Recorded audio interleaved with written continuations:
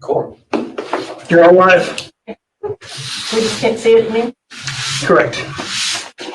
We will call this finance meeting to order at 6:20. Corey, can you hear us? I sure can. He's not going to be able to hear without the TV on. Sorry, Dan, we're going to have to watch it. Oh, it's fine. I mean, you just gotta get that fixed. Still learning. Yeah, that flashing camera. And this one should be working. Corey, sound check. Say that again. Sound check. Can you hear us? Yep, I can hear you. All right, good to go. So we will start with old business. We heard back from the city attorney about the question we asked, the difference in the last three city council clerks' pay. He said the salary ordinance for the clerk, which is ordinance 1915, passed on May 11th, 2015, takes precedence over any contract that was signed. In speaking with the city auditor, that means we would owe Ann $1,984 and Glenda $572.92. I would like to recommend that we pay that so that we are consistent with the ordinance. Is that okay? Agreed. Corey? Yep, I agree.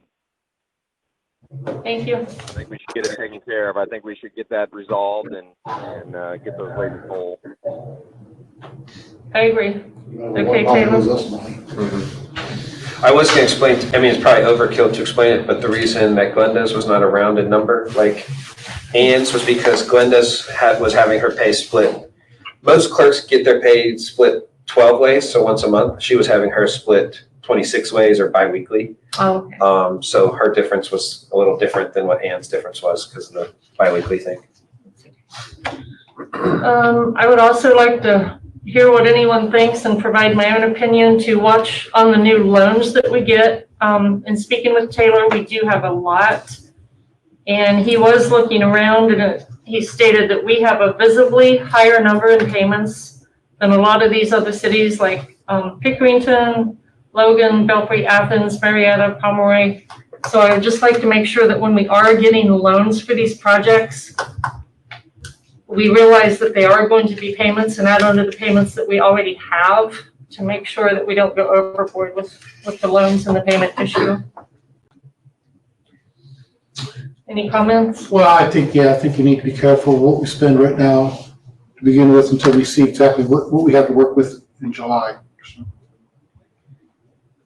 Yeah, I think so. Mr. Clement asked this question at a council meeting back in the winter at a general meeting.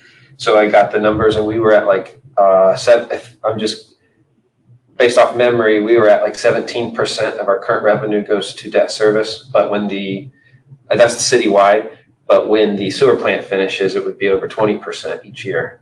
It would go just to paying debt off, which pretty high for a city. It is. But some of that will get forgiven though. Yeah.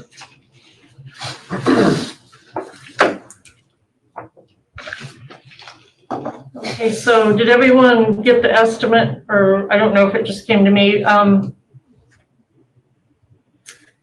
back from the city attorney about the street levy from the county auditor? Did that get everyone, or did that just come to me? I think I remember seeing a number. Okay. Well, this is for the upcoming street levy in November that's already been going on. This is nothing new. For a replacement levy, we would get about $151,848. For a renewal, we would get about $146,179, which comes to a difference of $5,669 if we do a replacement instead of a renewal. Didn't we have two of them at one time? The other one was last year. Wasn't it last year? We had a replacement and a renewal, didn't we? No, we just did the renewal last year. Yeah. So I was thinking maybe we should do a replacement, but I wanted to see what everybody thought. Yeah, I mean, I think the replacement is probably the way to go. It's not a big difference. But I think it's important that we all advocate for the levy, though, so people understand what it's for, what it's going to be used for. And I think under better leadership in the city, the street guys will be able to repair the street, I think, in a better way than they've been potentially taken care of in the past with no leadership. Well, I know 5,600 doesn't seem like a lot, but we did pave one of those streets. I don't know if it was Back Street or Railroad, one of those streets down by the pool, and it was only $2,000. So, I mean, we could actually get a couple smaller streets paved with that money too. And that's per year, Yeah, so. or just patching, even in areas. I mean, would be beneficial. Right. Yeah. And with that being per year, I mean, you'd be talking about, I Right. forget if it's a 4 or 5 year. I think it's a 4-year levy that we currently hold. And so basically you'd be talking about $21,000 over the course of the levy, which is sizable. lot. I mean, So I would just bring that up to Mr. Hunter then. So while we're talking about that, I want to answer Mr. Clement's question he had about the street levy that was being used for salaries or employee insurance, since it did not specifically state those uses. And with talking with the city auditor, the street workers actually have to do that work, so salaries and insurance would be used out of that fund, and it could also include things such as loans for the road work. So those are all included in the street levy. yeah, the attorney would have to answer about like compliance with state law, but as long as, my understanding as far as the financial side is if you collect a street levy, you can put it towards anything that has to do with streets, as long, the way they described it was anything with streets till you hit the street lights. You can't use it for street lights. I don't know why, but I just thought that was funny when they told me that. But so signage, curbs, anything like that. Good. Salaries for them, equipment, whatever. Good. So the last thing from the old business, I had asked last year to start keeping track from the city manager, but so I got with Taylor, since he is no longer here, just to see if we saved any money on the purchase of the new furnace. And this will be completely what we saved, because this is actually like all the utilities together. But just for 2019, we used $79,000, that's a lot. Yeah. $79,178.11. This year so far to April, we've used $71,546.72. And with both in the same time period, we've used $7,631.39 less. Again, that is all utilities, but it does actually look like Oh, yeah. changing the furnace has really helped. You're gonna save a ton. And it With only City cost Hall. $10,500, so.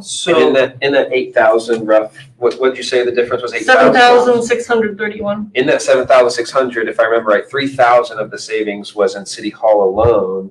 And that was including the water plant, sewer plant, all that stuff. So that would tell me that something, I mean, because considering the water and sewer plant's like the biggest chunk of our utilities, that we're seeing some pretty good savings from City So in Hall. probably about 3 years, it'll pay for itself. Oh, there you go. Well, and this thing got installed in what, January, February? Yes, late. So, yeah. So next year we'll definitely see a bigger savings because it'll take effect earlier. Is that inclusive of electricity as well? Yeah, so That's this what I was know. just, Remember we signed that deal with AEP right after I got in here, and they dropped our rates significantly as well. yeah, And then I don't know if it will make a big difference, but I will tell you that the heating and cooling system does not work that well yet. So we will have to call them back for modifications, as it doesn't work at all in my section of the building. We So- need to get on that then right away. yeah. Anytime you are ready, yeah, go ahead. I would get a hold of them sooner than later. I don't know if that's actually a AC problem or they changed out the unit. That sounds more like a ducting problem. Sure. But yeah, that's something. It was a comparison of all utility bills because it wasn't easy to compare versus a gas bill for City Hall, which we really didn't have last year, versus the electric bill. So I just took the combined, I got you you. see what I mean, and check the difference from the same day of each year to get a rough outlined, if Just that a makes rough sense. estimate, yeah. And it was it was a pretty warm winter, but True. it's a big difference still. Yeah, anytime you heat with gas or flame, it's cheaper than trying to fire up an electric element. Absolutely. Yeah, a lot. So that was all the old business that I had, just whatever you guys might have, you or Corey, or Scott, or Taylor. Corey, you have anything new? I don't have anything. Scott, you have anything new? New. So, money for trimming trees and removing ones. So we have 2 trees on Fort Street.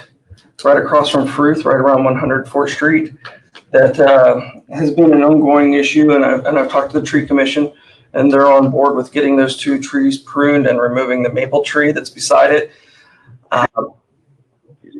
Which ones do you mean? I thought we already got 2. I think you're talking about the ones that are from Derek's old house, where Derek used to live. Oh, the other, okay. That's a huge one. They are massive trees. They are. I think they've already come down in that house once.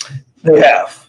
And the resident is very intent on, getting a resolution. And I think we came to a compromise that the resident wanted the trees removed, and we didn't want to remove the trees. So just getting them pruned, 1,500 should cover us. It's going to be a little bit more than your average tree trim, just because we need an arborist to make sure we don't destroy the tree in the process because of the time of year it is. But that'll take care of those 2 and then remove the other one. So 1,500 for both. Yes, ma'am. Taylor, do you know where that comes out of? Tree, it would depend on its main purpose. One of the reasons we could use water and sewer, one of the reasons the attorney suggested last time that water and sewer could be used for the tree trimming was because there was water line and sewage problems Roots. with the roots. So it would kind of depend on, it just needs justified is basically my short answer. So if it's just recreational or street problems, then it would come from that, if that makes sense. And if we can't find a reason, then general fund is pretty much it.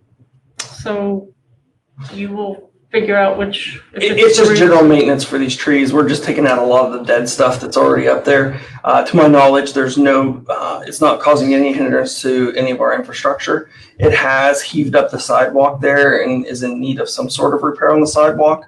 I believe we'll be able to make some sort of repair with the 1,500 as well, just to make it safer, because right now it's a tripping hazard in certain areas. So I don't know of a specific reason other than it's just, it's a hazard to the house that's being refurbished. Is it even up towards the street that it could come out of street rather than general? I'm sorry, what was your question again?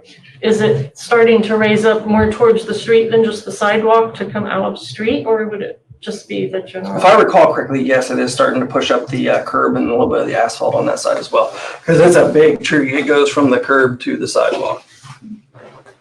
Whatever it would be, would just need like minor documentation. I mean, we would pass it obviously in an open session, but then if you guys were to take it down, some images or something saved somewhere would help if the. I can run by there and get some tomorrow. That's not a problem. In case it was ever questioned. Or- Yeah, it wouldn't be a problem today, but in a year or so, if the auditors say, Right. this wasn't a typical use of this money, what's going on? Okay. Which is a good answer. Sounds good. My only, were you finished? I'm sorry. No, I was looking at Dan, but he's shaking his head now. So. No, the only thing I wanted to do was resolve that council clerk stuff. The only thing I was gonna do is bring a quick report, on revenue. So this was sort of helpful. I went over it with Judy and Scott today. So this is April 30th as well. And this is what we call a revenue report. It just generates revenue from every source that the city gets it, which is a lot. So a quick report on that is just on the areas that are either high or low. Actually, let me start with the bad news and get with the better news. I like to end on good news. So water and sewer. The only reason I'm telling you guys this today is because long-term, this will be a problem that council will have to, somehow we'll have to get our hands around as a city, despite the fact that there was a water and sewer rate hike in, what was it, July last year and January. Sewer revenue is at 294,000, which is actually a slight decrease from April 30th last year. So despite 2 rate hikes, sewer revenue's down, and actually I haven't flipped. Sewer revenue is flat and water revenue is down. So I don't know if our meters, I told to Scott, there's probably a million reasons we could come up with, but I don't know if our meters are getting old or if our billing needs revamped or what it is, or maybe people are just using less water, I don't know. But That's what I would say. Some of the businesses are closed and I mean. Yeah, that could be. I mean, you would think like with the school district, you know, without getting into their private bills, you can easily guess if there's no kids there, there's going to be less water used. But a lot of those kids are going to be at home using a lot of water too. So I don't have a good explanation yet, but curiously, water and sewer still lags. In your restaurants in town and stuff like that use running water, bar. Sure. Yeah, no, it's there's probably a lot of things we could come up with. I don't know. All the above. It just seems like it's dragging for several years, and this year seems more pronounced. Maybe it is the pandemic, I'm not sure. We bill a month behind, so for this bill, we would only have captured maybe 30 to 45 days into the shutdown compared to what are we at, 2 months or longer. So anyway. You know, the only other weird thing that happened during that time was the transition to Bookdale. So I wonder if there's something that, I don't know, just off the top of my head, I'm just trying to think timeline, what happened, and that was a significant change, so I'm not sure. Yeah, I mean, I think eventually it's just going to come down to a long-term infrastructure plan. Are we reading the meters correctly? Are the meters correct? Are they new enough to be correct? Are they being read correctly? And then on our side, are they being inputted correctly, tracked down, and collected? Right. And like over the next year or two, it could be helpful to have a front to back review of our process and see if we're doing it right. But anyway. And just situational awareness, we have a grant request out now that we should find out next month if we got it or not. And then that grant is to replace all the meters in Bookdale and several on this side with the current brand we're using now. However, right now we're exploring other brands that are significantly cheaper with the same level of service for what we're already providing. And the water department guys are actually checking them out and seeing what it looks like on the end user side.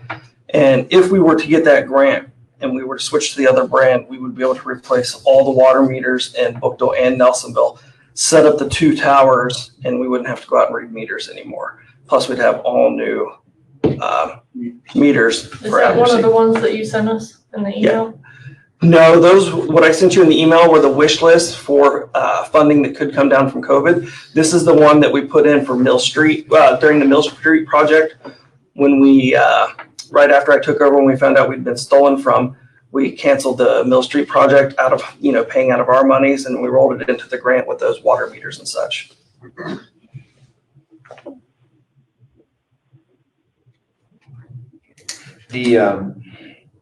There's 3 last points. The third one is gas tax is starting to lag slowly. It was ahead in January and February, and more unfortunately into the summer, probably see it lag and slow down to a trickle until people start firing their cars up again and traveling across the country and going to beaches and everything.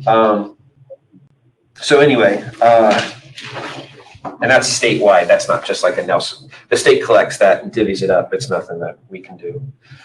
The last 2 things are, one curious thing was city income tax. This is April 30th, 2019 and April 30th, 2020 on the same day of each year. Income tax was within a few $100s of each other. So almost an exact match. What's curious is so many employers are shut down. And the income tax deadline was moved to July. So I'm hopeful,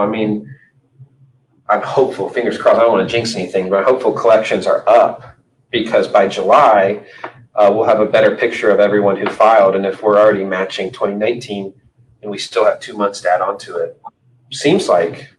People just want to get it done so they know it's done. Yeah. Yeah, I think a lot of people are done with it.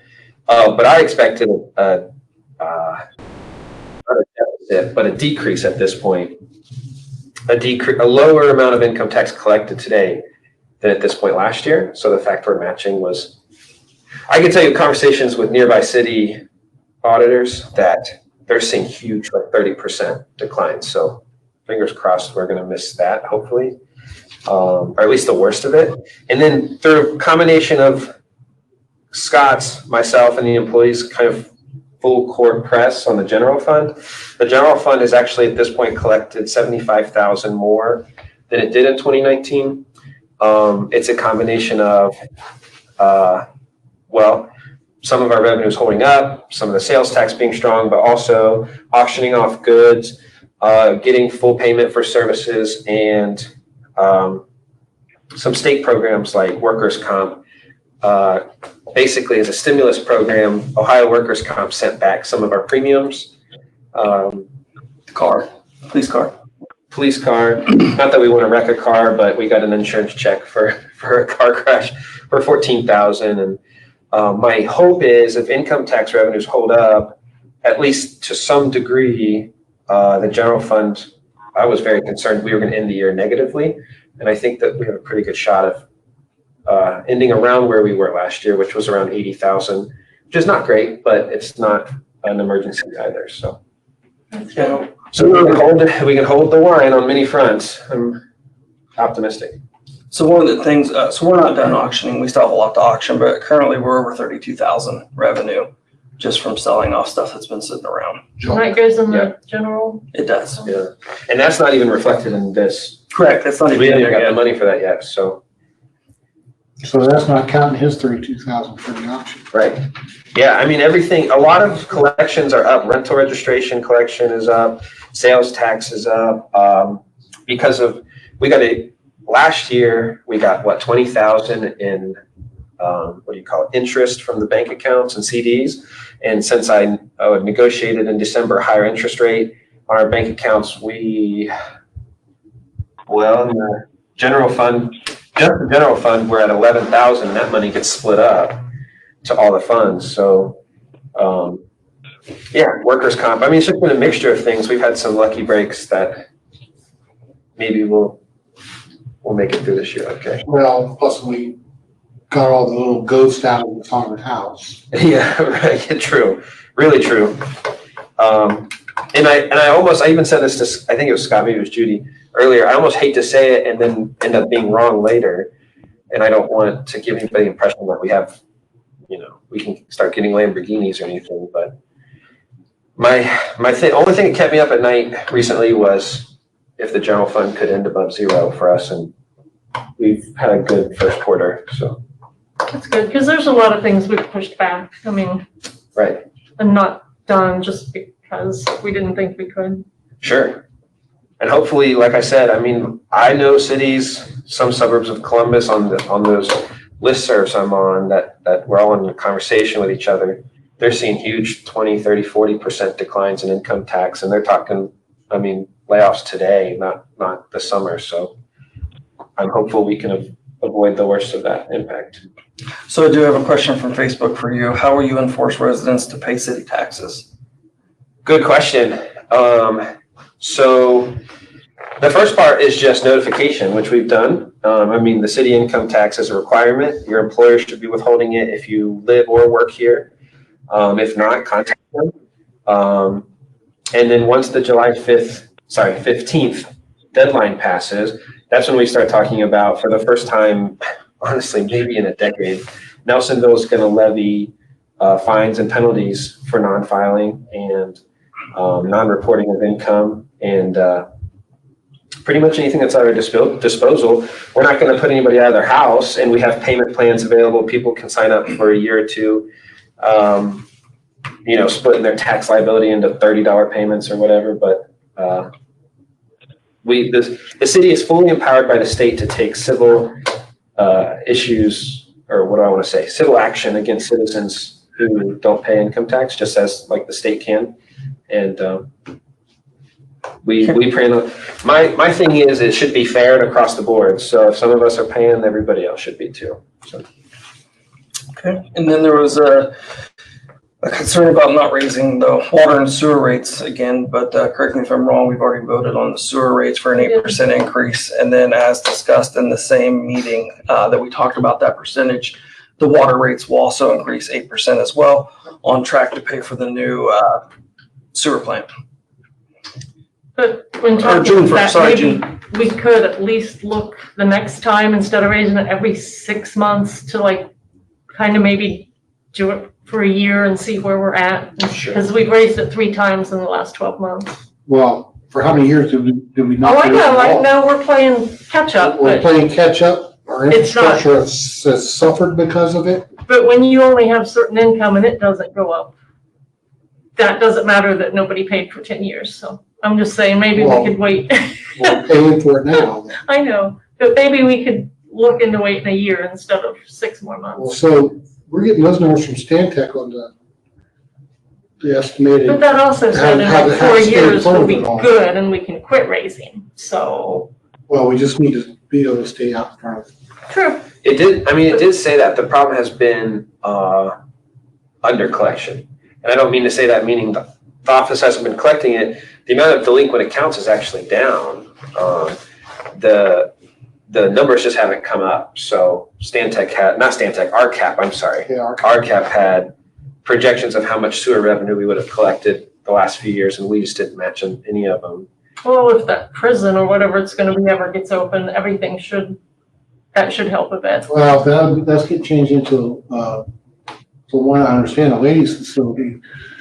So what they used to have up there were the old fashioned running troughs that ran 24/7. And with a women's facility, you're not gonna have troughs. Well, they'll still have to shower, I mean. Well, yeah, but it's not gonna be running 24/7. Right. Yeah, and we've had, it will hopefully get better. I think Scott and especially Jason has a strong focus on meters. We have old meters, and they start slowing down within a few years to the point, because isn't it measured from, they're considered okay till, was it 85% or? Right, so let me clarify, and for everybody listening, please, hopefully this makes sense. So we get calls regularly. People are upset because their water bills doubled or gone up, and they think that their meter's broken. Well, meters don't break and go faster and use more money. They break and they slow down. So actually, you're getting the better deal as a customer. So currently, right now, I have a customer with a large bill that is very insistent that the meter was broken and spun too fast and charged too much money. So therefore, we have sent the meter off for third-party testing.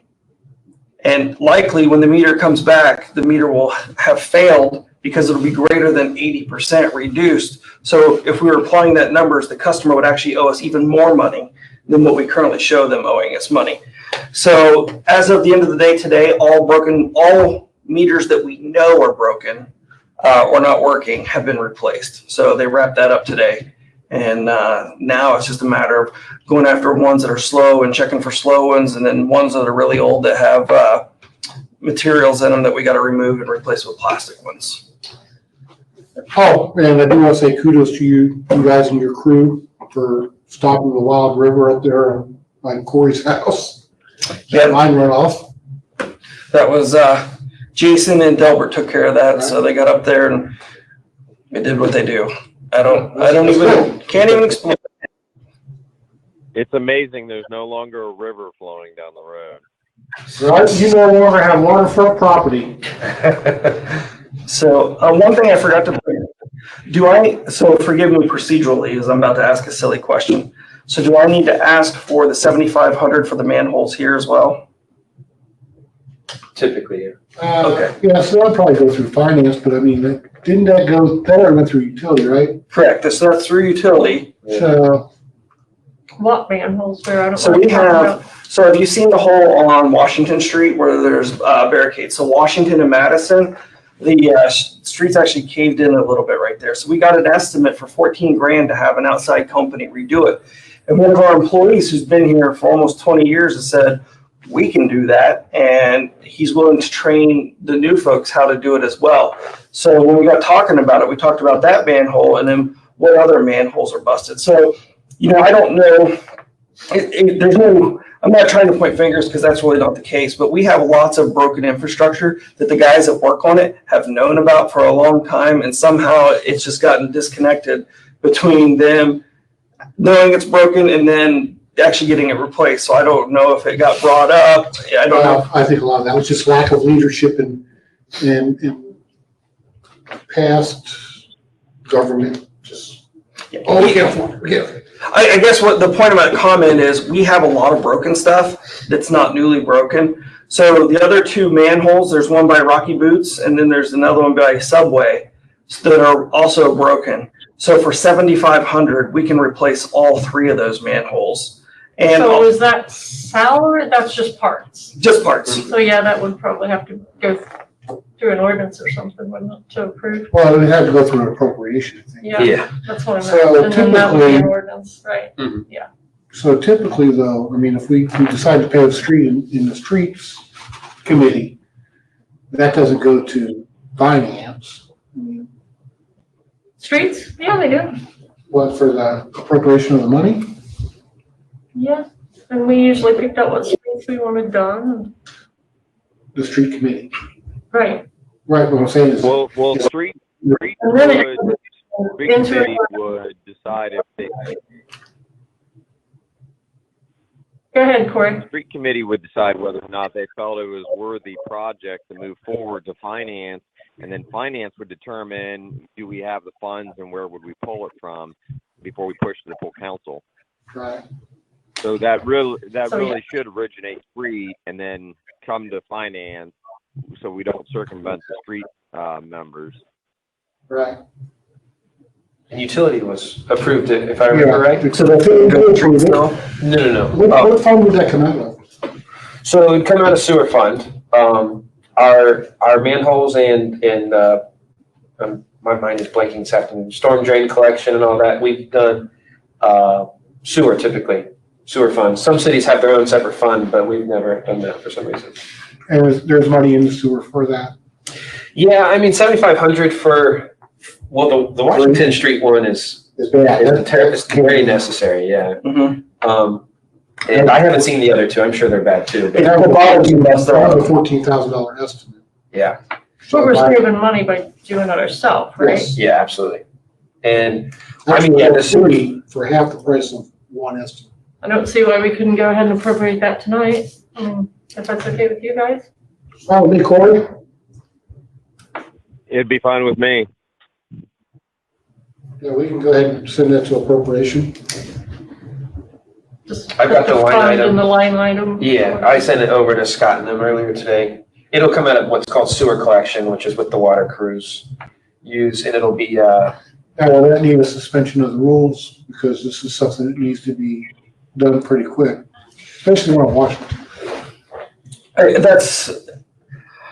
I would request that only because there's also a lead time, and I'm not sure what the lead time is to order those parts because they got to be cast and such. So if we did a suspension of the rules, it'd probably still be June before we even got to it, just waiting on the materials to get here to do it. Yeah, but if we didn't put a suspension, then It'd be July, August. 30 days, right?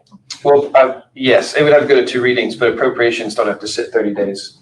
Oh, It would still take longer, yeah. so put a suspension of the rules on and it has more value as well. And I know it's internally, this is taking our experience that's been here for 20 years and teaching our new folks. So, that's the goal, is to train our folks across there so they all can do the same jobs, broadening our resource pool, or, expanding our resource pool of talent. And that way we have a lot more options if somebody were to be sick or whatever, that we still have the same, response time and able to get through that. Sounds good to me. That's great. Thank you, Scott. You said Washington Street and what was the other? So it's Washington and Madison. And then I believe that's, That one, you can't miss it, it's yeah, your really car bad. will go in it. It's really bad. Yeah, they got that Said by- dedicated off. Yeah. By Rockies, is that behind Rockies? That's what is that, Meyer Street, I believe? Yeah. And Yeah. then DeStiger for the one by Subway. Gotcha. Yeah, that one I haven't seen. And the biggest one's gonna be this one. It's 8 feet deep, I believe, and the other ones are only 6 feet deep. So, Wow. I don't have anything else. I'm good. That's all I have. Oh, sorry, one more question from Facebook. One popped in. This is a Taylor question. How much in taxes is the city owed? And would you hire an outside company to do this? Oh, well, I'm assuming the question means delinquency tax, like people who haven't paid in the past? It was the same person that asked that about the taxes, so I would assume that. So I guess the question would be, how many people still owe us taxes? Well, that's a loaded question, and somewhat you have to pick almost an arbitrary measure to measure it. So when it comes to tax collection, it's not like water, where water runs through a meter, and you know exactly within a range how much water went through it and what is owed to you. Unfortunately, with taxes, if somebody does contract work in town and escapes City Hall's grip or whatever all year, we don't know they made the money. So the harder part to answer is anyone who's evading taxes is harder to track. That's why the state keeps passing different rules and different things. They're trying to share state tax returns with cities in the future so that we can tell who's evading local taxes, whatever. The shorter answer is you can only collect income taxes 3 years back. So anyone who got away with delinquency, say 4, 5, 6 years ago, we can't collect any of that. And the number I really don't have. And the sad part is was that record collection was not great. So I'll just give an example. I know there were taxes I paid in cash that I have the receipt for, but it's not recorded in our software. And in fact, there's another, I'll just say, I can't say who, but there's another council member who has paid in cash that I have the receipt, that we have a receipt for, that is not recorded in our tax software. So it's a really hard question to answer. I can't tell you the past, but I can tell you in the future, we plan to not miss a single dime, so. I can attest to that. Yeah. We are going through the, right, not me. We sent, for example, just real quick, 30 or 40 letters requesting income verification from people who filed forms with no W-2 or no business incomes attached. And they basically claimed an amount of income and how much they owed us, but there was no way to tell if that was true. So they got 30, 40 letters, and I got a few phone calls from local accounting services around the county, and one in Hocking County, and they were just totally flabbergasted. At first, they were like, we can't believe Nelsonville is still alive, because they haven't heard from a Nelsonville income tax person in years. But two, they actually were super grateful. I was on speaker with one, so I had witnesses to one phone call. They were just like, we're just glad somebody noticed our error, because some of these tax, tax accountants, they want to know they made an error, and they appreciate somebody reaching out instead of just being, labeled a fine or giving a fine or something. So we're not planning on missing much this year. Great. Thanks, Taylor. Yeah. Is there any more questions from anyone? That's it from Facebook. I'm good. So we will adjourn this finance meeting at 7 o'clock then. That was quick. Thank you. That was Thank quick. you. Nice work. We're trying to have them a little more